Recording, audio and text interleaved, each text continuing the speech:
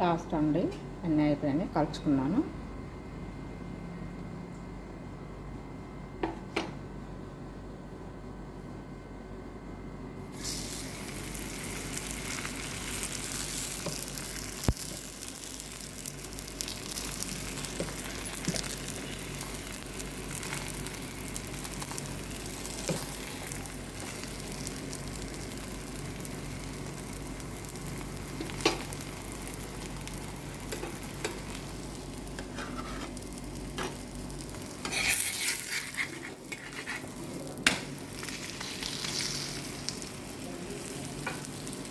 పెట్టుకున్నానండి ఒకదాని తర్వాత ఒకటి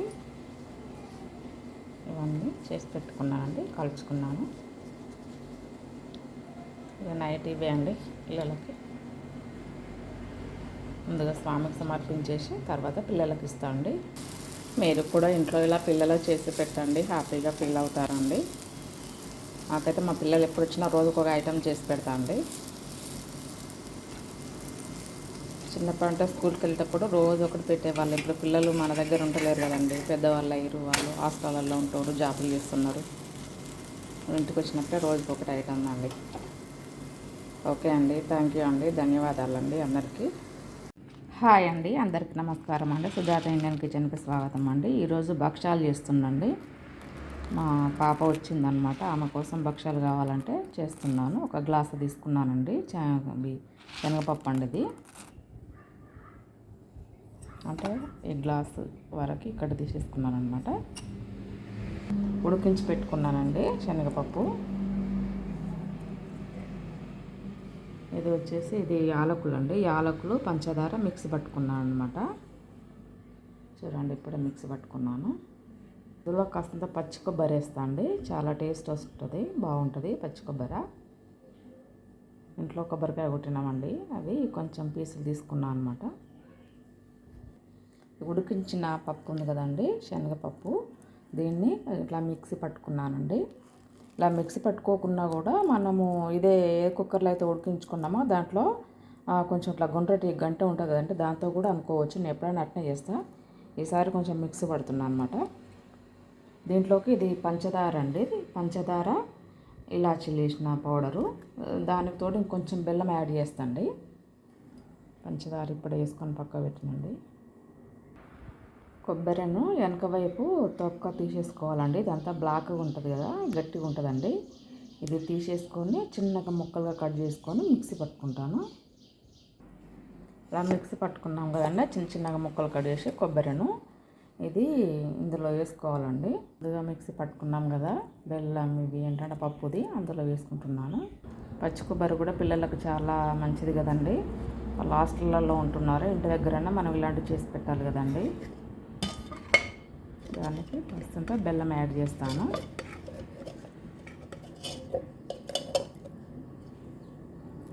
బెల్లము ఇదండి ముక్కలుగా కట్ చేసుకుంటాను. వర్షాకాలం కదండి, అందుకే బెల్లం ఇలా అయిపోయిందండి, గ్రేవీ లాగా అయిపోయింది. వేసేసుకుంటున్నాను. ఇందులో కొంచెం గడ్డలు ఉన్నాయండి, ఈ గడ్డలేమో మిక్సీ పట్టుకుంటాను.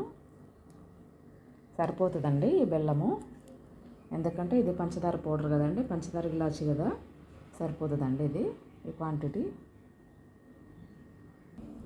ఈ పప్పు ఉడికించుకున్న పప్పు బెల్లం అండి, ఇది నెయ్యిలో వేయించుకోవాలండి, దగ్గర అయ్యేంత వరకు చేసుకోవాలి. నెయ్యి తెప్పించానండి, ఆవు నెయ్యి, ఇది మంచి కంపెనీది అండి. ఇది మాకు మామూలు ఇక్కడ దొరకవు అనమాట, సిటీ నుంచి తెప్పించిన, హైదరాబాద్ నుంచి మా పాప వస్తుంటే తెప్పించినాను.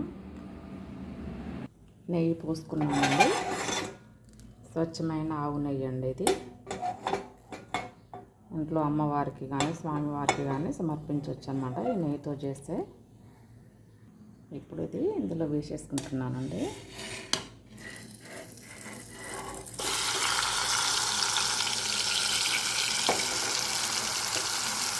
దగ్గర అయ్యేంత వరకు కలుపుతూ ఉండాలి. కలుపుకున్నాం కదండి, ఇందులో బెల్లం అయితే కరిగింది కానీ కాస్త పడుతుందండి. నేను ఇలాచితో చేసినటువంటి పంచదార పౌడర్ చల్లుకుంటున్నాను. నెయ్యి కూడా ఇంకాస్త పడుతుందండి. నెయ్యి ఎక్కువ వేసినా పెద్ద ఏం నష్టం ఏమి ఉండదండి, ఎందుకంటే అది మంచిదే అనేది మనకు తెలుసు కనుక. వేరే కల్తీ నెయ్యి అయితే ఇబ్బంది పడాలి, కానీ నెయ్యి అయితే బాగానే ఉంటుంది, మంచి స్మెల్ వస్తుందండి. ఇంకొంచెం నేను నెయ్యి యాడ్ చేసుకుంటాను.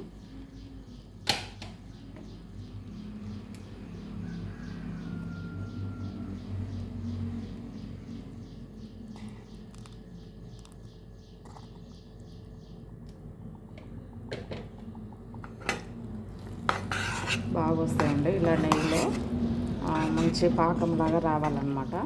అట్లా వస్తే 4-5 రోజుల వరకు కూడా నిల్వ ఉంటుంది, పాడైపోవు అనమాట.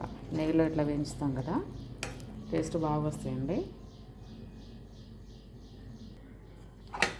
ఈ భక్షాలకు ఇది పూర్ణం అంటారండి, దీన్ని స్టఫ్గా పెడతాం కదా. లేకపోతే మనం గోధుమ పిండి ముద్దలాగా చేసుకొని పూరిలాగా చేసి అందులో ఈ పూర్ణం అందులో పెట్టేసి తాల్చుకుంటాం కదండి. అవి మనం ఉగాదికి ఎక్కువ చేస్తాం, కానీ ఇక మాకు పిల్లలు ఎప్పుడు వచ్చినా నేను చేసి పెడతానండి.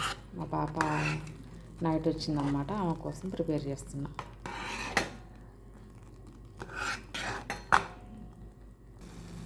అంతే అండి, ఇలా కలుపుతూ ఉండాలండి. చూడండి అంటుకుంటలేదు పేనంకి, ఎందుకంటే మనం నెయ్యి చేసినాం కదా, అంటుకోదండి.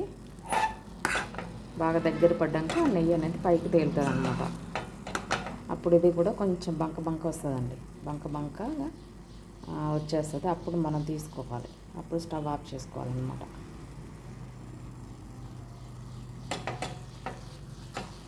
ఇంకా కూడా నెయ్యి వేసుకోవచ్చండి. నేను ఇప్పటికి ఇంకా చాలా చేసిన, కాల్చేటప్పుడు కూడా నెయ్యి వేసి కాలుస్తాను. అట్లా పిల్లలకు బాగా అలవాటు అయిపోయిందండి.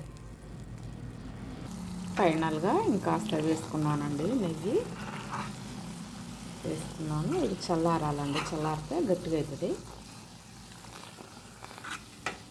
ఇంతే అండి, నేనైతే స్టవ్ కట్టేస్తున్నానండి. ఇలా ఉంటుందండి, ఇది చల్లార్చుకోవాలండి. చల్లారిన తర్వాత ఉపయోగించుకోవాలి స్టవ్కి. ఇది స్వచ్ఛమైన గోధుమ పిండి అండి, గోధుమలు పట్టించాను. ఇంట్లో ఉన్నాయి, మాకు మిల్లు ఉందండి, నేను ఇప్పుడే పట్టించుకొని వచ్చాను అనమాట. ఇది అంటే కొందరు మైదా వాడతారు, కానీ మైదా బాగుండదండి, గోధుమ పిండి బాగుంటుంది, హెల్త్ కూడా మంచిది కదండి.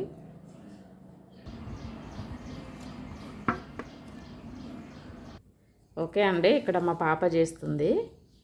ఇవి కొంచెం గట్టిగా కావాలండి, ఎందుకంటే ఇప్పుడే చేస్తున్నాం కనుక ఇది లూజ్ ఉందనమాట. గట్టిగా ఉంటే బాగా వస్తాయి. మా పాప చాలా బాగా చేస్తుందండి. మా ఇంట్లో పూరి కానీ చపాతీ కానీ రొట్టె అయినా ఆమె తర్వాతనే అనమాట, అంత బాగా చేస్తుంది. భక్షాలు కూడా చాలా బాగా వస్తాయి మా పాప చేస్తే. నీకు రాదు కాబట్టి మేము ఏం చేసినా బాగుందనిపిస్తుంది మమ్మీ.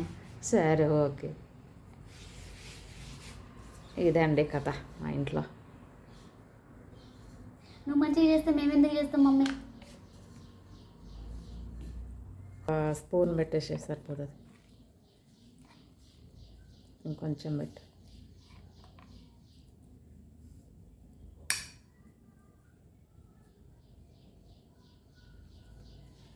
పూర్ణాలు కూడా సేమ్ ఇదే వాడతారండి. పూర్ణాలు కూడా అమ్మవారు చేస్తాం కదా, మనం వరలక్ష్మి పూజలో చేస్తాం, వినాయకునికి కూడా చేస్తాం. ఇది మోదకంలో వాడతారు, ఇదే స్టఫ్ సేమ్.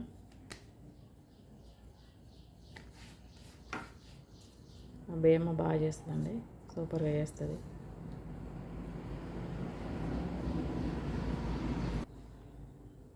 ఓకే, ఇంకొక 2 చేసి అదే రాదు కదా. అదే ఇప్పుడు నా ప్రాబ్లం ఏంటంటే